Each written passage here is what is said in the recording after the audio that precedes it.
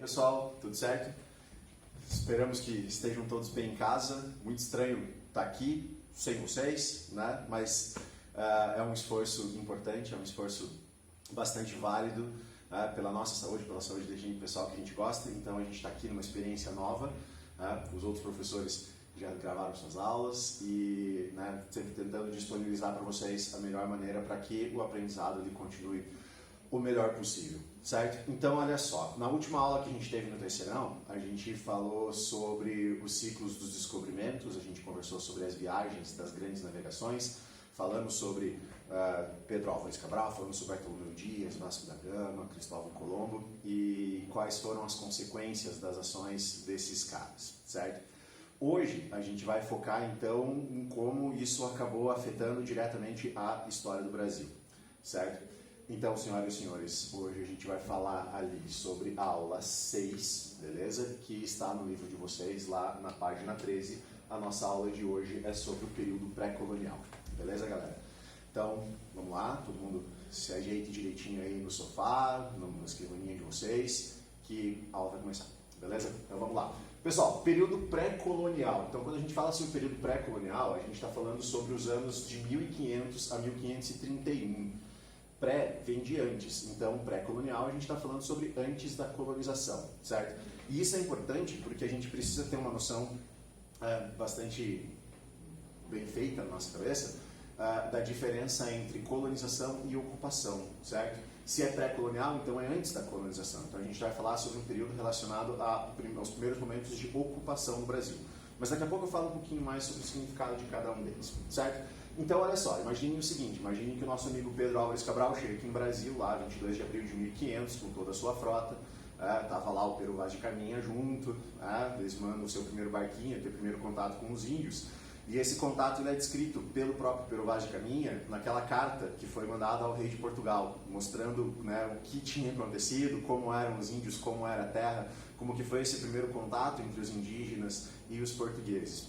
Beleza? E essa carta ela volta para Portugal com aquela caravela que voltou para Portugal. Vocês devem lembrar que a gente comentou que o Cabral sai com 13 caravelas lá de Portugal e uma se perde no meio do caminho, uma volta para Portugal e as outras 11 seguem caminho para as Índias, que era o objetivo principal da viagem. Então, esse primeiro contato ele é descrito muito bem pelo Pero Vaz de Caminha nessa carta, que muitos consideram como se fosse uma espécie de uma certidão de nascimento do Brasil, certo? Bom, o Brasil foi descoberto, achado, encontrado, enfim, a terminologia que a gente pode usar, dependendo da perspectiva, e os anos seguintes, Portugal ainda teve que pensar, o rei de Portugal teve que pensar como que ele ia resolver essa questão do Brasil, o que seria necessário, o que era necessário ser feito com essa nova terra que Portugal tinha tomado posse, certo? A gente tem que lembrar o seguinte, senhoras e senhores. Então, nos primeiros anos, a gente está falando sobre os anos de ocupação do território brasileiro, tá? E nesses primeiros anos, de 1500 a 1530, a gente tem aqui um mapa do Brasil, um mapa desenhado na época. Vocês podem ver que ele é um mapa que ele é bastante diferente dos mapas de hoje, assim, mas ele ainda preserva um tanto da forma do Brasil, da parte litorânea do Brasil, e, cara, tem umas coisas interessantes, os desenhos, as gravuras que eles usavam nos mapas, da exploração do pau-brasil e tal. Então é só pra gente dar uma ilustrada aqui na forma como eles imaginavam o território brasileiro daquela época, traçando uma linha do Tratado de Tordesilhas, certo? Que fica mais ou menos aqui. Então, essa seria a parte equivalente ao Brasil português, ou da América portuguesa da época. Nesses primeiros 30 anos, pessoal, a gente tem que entender que Portugal deixou o Brasil em segundo plano. O Brasil não era prioridade portuguesa, porque Portugal tinha outros planos, certo? A gente tem que lembrar o seguinte, Portugal ele descobre o Brasil no meio de um processo das grandes navegações, no processo de explorações do oceano, certo? E a exploração desse Oceano Atlântico, principalmente, depois do Oceano Índico, tinha como objetivo chegar nas Índias. E por que chegar nas Índias? E quando a gente fala sobre Índias, lembrar ali do Sudeste Asiático, China e Índia. Por que eles queriam chegar lá? Porque o interesse dos portugueses em fazer essas explorações era manter um monopólio, estabelecer um monopólio com o comércio de especiarias que vinha na Índia. Então, pensem da seguinte forma, em 1498, Vasco da Gama ele comprova que a viagem era possível, 1500 tem a primeira grande expedição para fazer esse comércio, então por que Portugal ia deixar de lado isso, né? Então, o que acontece? O Brasil ele fica em segundo plano, por quê? Porque o comércio com as Índias ele era muito mais lucrativo, certo? Tinha que pensar que não era só uma aventura de navegação. Os caras eles tinham um objetivo feito para isso, eles tinham um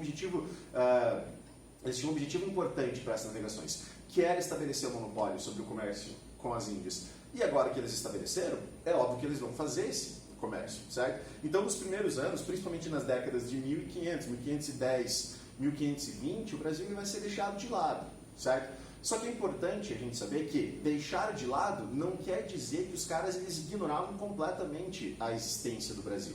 O Brasil ele começa a ser visto pelos portugueses como uma espécie de um backup econômico, certo? Um lugar onde eles podem vir a explorar quando for necessário.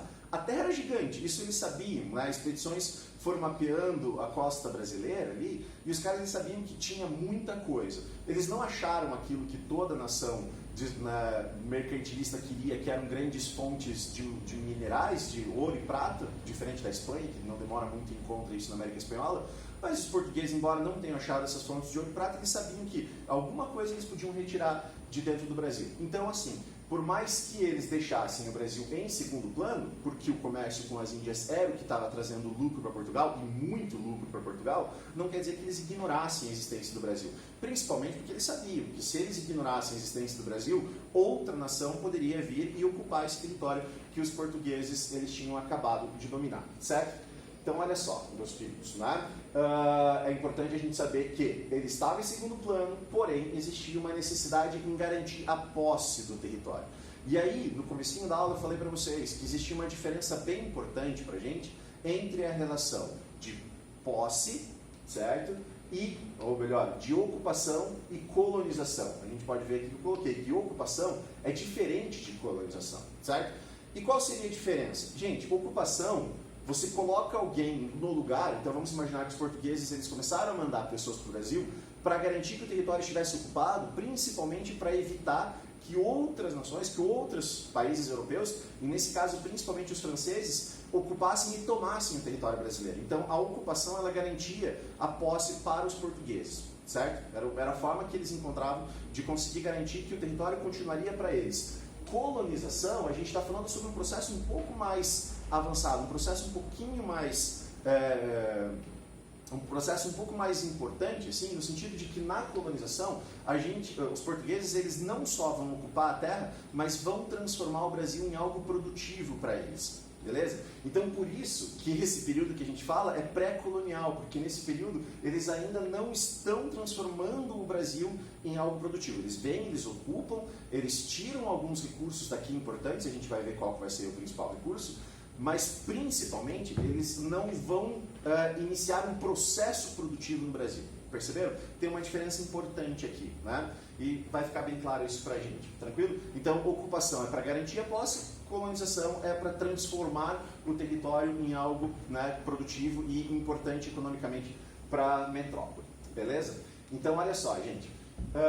Algumas expedições vinham para o Brasil, não tinha um navio saindo de do Porto toda terça e quinta às 3 da tarde, era uma viagem longa e cara, então algumas expedições nesse período foram feitas com o intuito de conhecer a terra que eles estavam ocupando, certo? A primeira delas, essa primeira grande expedição, depois do descobrimento, acontece já no ano seguinte, 1501, e ele confirma a existência do pau-brasil. Cara, o pau-brasil torna-se um produto importante, porque os portugueses pensam assim, bom, se a gente vai mandar gente lá para ocupar, então é importante que isso gere lucro para a gente de alguma forma. E o pau-brasil era algo que poderia dar lucro para eles. Então, o pau-brasil torna-se o primeiro foco de exploração econômica do Brasil, de Portugal em relação ao Brasil, certo? A gente já fala um pouquinho mais sobre o pau-brasil. Em 1503, já que os caras eles decidiram fazer a exploração do pau-brasil, precisavam ter lugares para que esse pau-brasil que estava sendo explorado ele fosse guardado enquanto os navios eles eles não vinham para o Brasil para buscar a carga.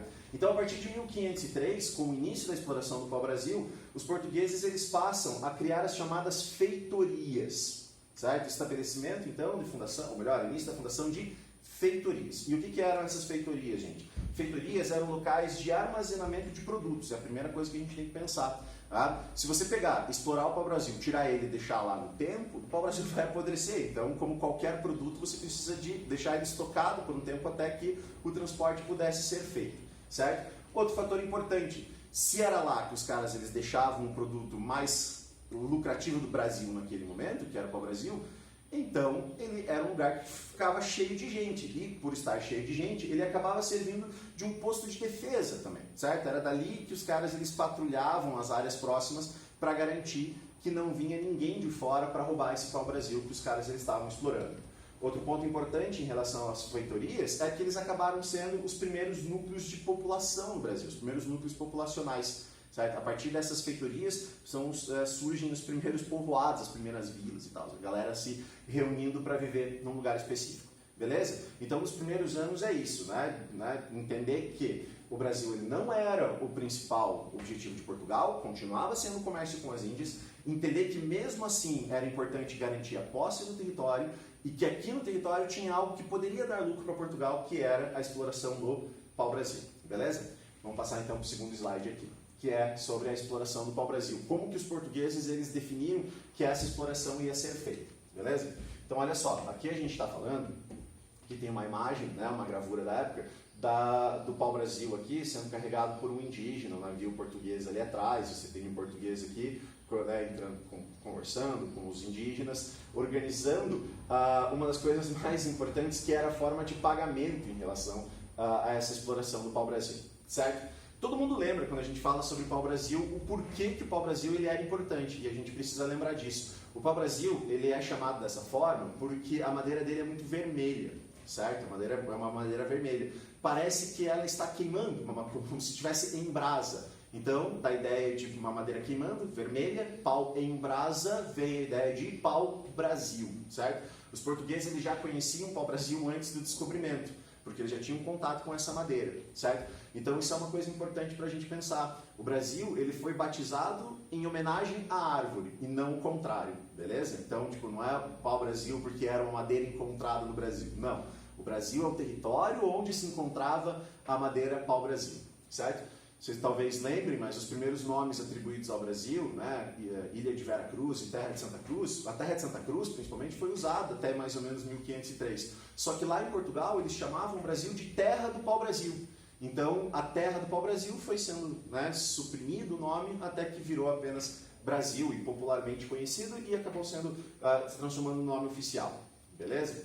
Então a exploração do pau-brasil, como que eles fizeram isso? Esqueci de falar, por que ele era tão lucrativo? Ele era vendido na Europa, né, por causa da tonalidade da madeira, que era vermelha, eles faziam um corante para tecidos, certo? Um corante vermelho para tecidos, o que garantia, o que era bastante procurado na Europa naquele momento. E a madeira do pau-brasil era muito boa para fazer móveis também, então eram formas que eles tinham de aplicar o uso dessa madeira, beleza? Então olha só, como que era feita essa exploração? Primeira coisa, a gente tem um caráter predatório de exploração.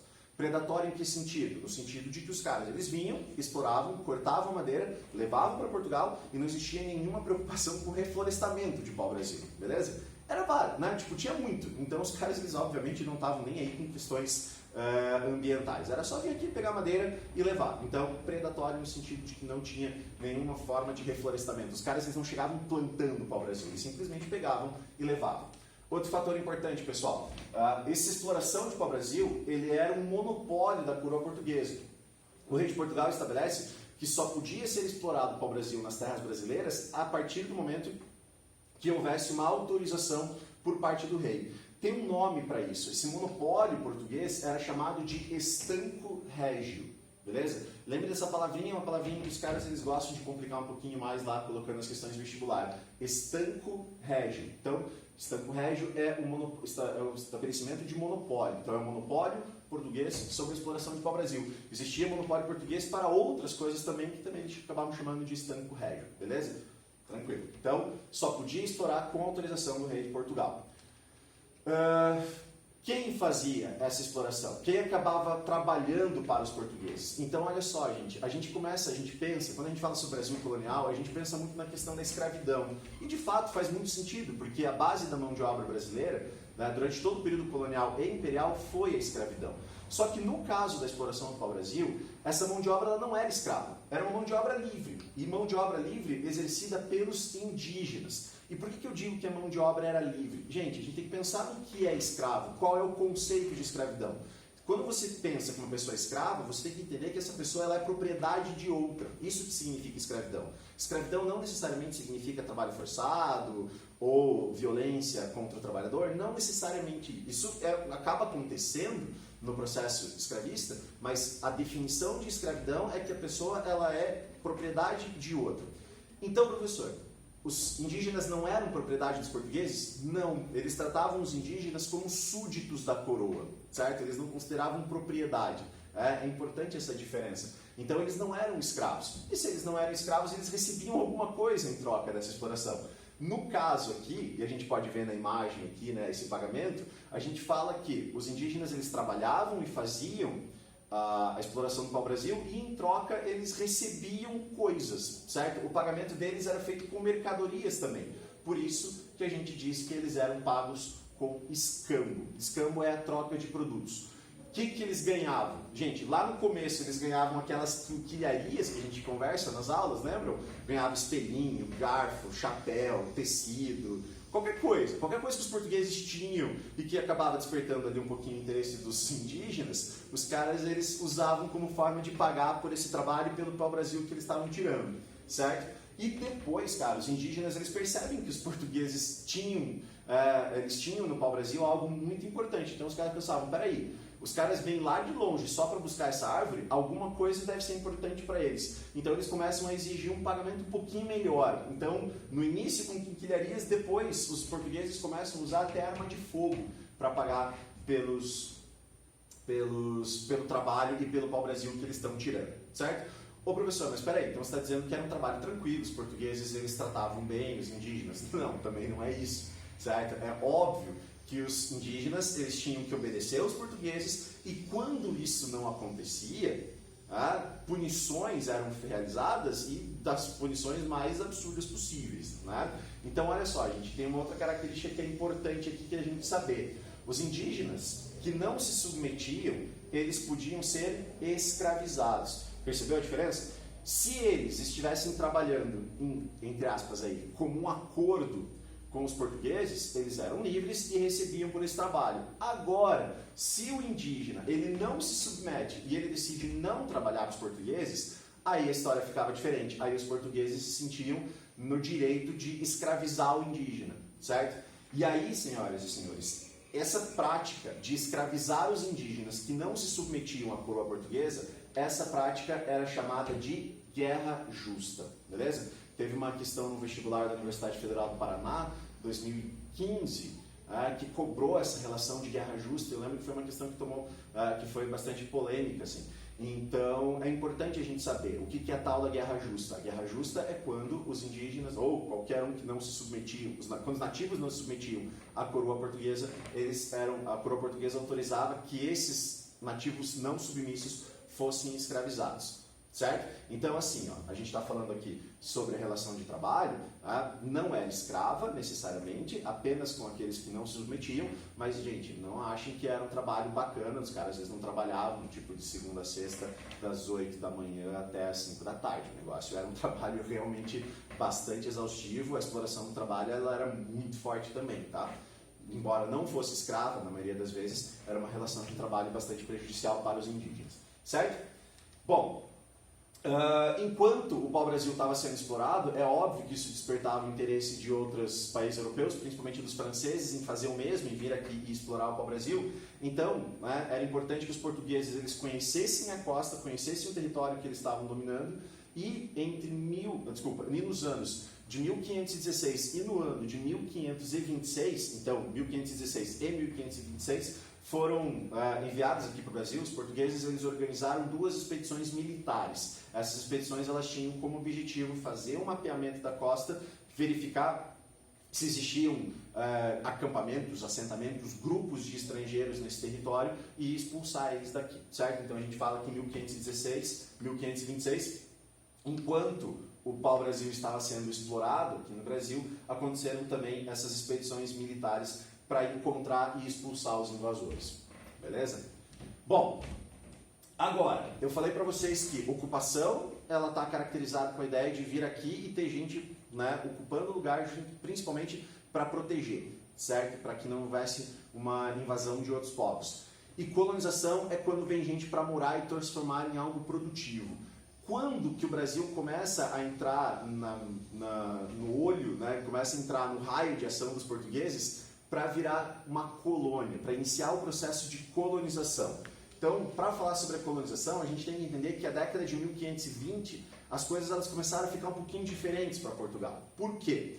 Lembra o motivo que fazia o Brasil ficar em segundo plano? Que era o comércio com as Índias e o quanto lucrativo ele era? Pois é, a partir da década de 1520, Portugal ele já não vai mais ter um monopólio completo sobre isso. E outras relações econômicas dentro da Europa também, né, começam a influenciar nessa relação, né, do monopólio português. E Portugal aos poucos vai perdendo esse monopólio sobre as especiarias chegando na Europa, e como tornou-se mais comum, as especiarias elas já não eram mais tão lucrativas assim, não davam mais tanto dinheiro para Portugal.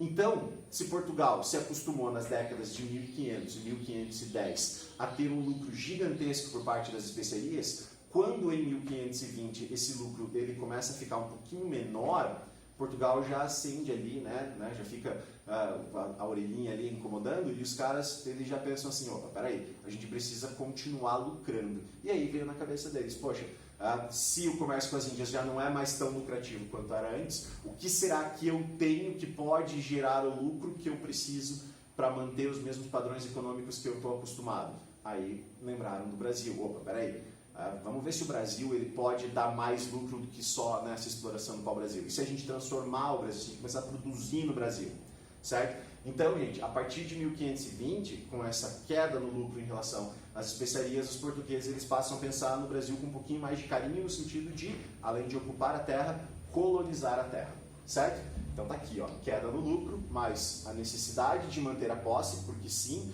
nesse período de 30 anos aqui, entre 1500 e 1520, outros, principalmente os franceses, eles vão tentar ocupar terras brasileiras, e depois isso continua, tá? Não é porque eles começaram a colonizar aqui, o interesse dos franceses diminuiu, mas a queda no lucro mais a necessidade de manter a posse acaba dando início à colonização, certo?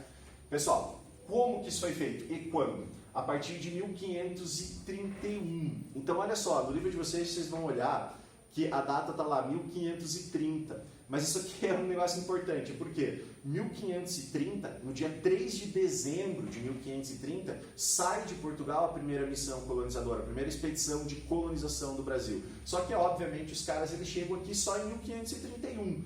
Então a gente pode pensar, bom, vou colocar a data de quando começou ou quando eles efetivamente chegaram no Brasil. Eu prefiro falar que é quando eles efetivamente chegam no Brasil. Então em 1531 chega a primeira expedição colonizadora do Brasil. Entenda a expedição colonizadora como a primeira expedição formada por pessoas que largaram sua vida em Portugal para vir morar no Brasil e estabelecer uma forma de tornar o Brasil algo produtivo e, né, quem sabe, enriquecer com isso, certo? Claro que nem todo mundo que veio tinha esse intuito. Um monte de gente que veio na primeira expedição veio porque foi obrigado, né? Então a gente teve aí algumas pessoas que receberam a punição de serem mandados para o Brasil para trabalhar e para, né, dar início a esse processo de colonização, né? Degredados e pessoas que foram presas que tiveram a sua punição declarada para vir aqui junto com os colonizadores. Então, em 1531 chega a primeira expedição, formada por esses caras que tinham o intuito de enriquecer aqui, junto com aqueles que vieram para cá trabalhar, porque, enfim, precisa de mão de obra, certo? Além da mão de obra indígena. Quem que liderou essa expedição? Essa expedição foi liderada por um nobre português chamado Martim Afonso de Souza, certo? Ele era um nobre português, ele tinha lá títulos de nobreza, tinha terras, tinha títulos militares também, certo? E ele vai ser responsável por fazer a expedição. Esse cara aqui, ó, da foto é o senhor Martim Afonso de Souza, beleza? Isso aqui é uma pintura que foi feita, um óleo sobre tela, né, uma pintura dele na época, certo? Bom, quais eram os objetivos dessa galera? Além de colonizar, obviamente, procurar riquezas. E aqui tem um negócio interessante, na Espanha, a América Espanhola encontrou ouro e prata muito rápido na América Espanhola. E aí os caras pensaram, poxa, será que no Brasil também não tem? Vamos procurar, certo? Então, entrar no território brasileiro para procurar riquezas, principalmente ouro e prata, combater os estrangeiros e povoar a terra, beleza? Então esse que era o grande objetivo dessa primeira missão colonizadora. Além disso, cabia ao Martim Afonso de Souza também fazer a distribuição de terras. Essas terras eram chamadas de sesmarias. O que são as sesmarias? São esses lotes de terra. Então, se havia em Portugal algum nobre que estava interessado em investir no processo de colonização no Brasil, era o Martim Afonso de Souza que fazia a organização dessa distribuição de sesmarias, obviamente com a autorização do rei, certo? E, obviamente, senhoras e senhores, o Martim Afonso de Souza ele é lembrado não só pelo fato de que ele foi o líder da primeira expedição colonizadora, como Martim Afonso de Souza ele vai construir o primeiro engenho do Brasil. E a gente sabe que durante todo o período colonial a economia brasileira girou em torno da produção de açúcar. E o primeiro engenho de produção de açúcar foi construído por esse cara lá na capitania de São Vicente, que a gente vai falar um pouquinho mais pra frente. Beleza? Então, espero que tenha ficado aqui bastante claro sobre esses primeiros anos da história do Brasil, certo?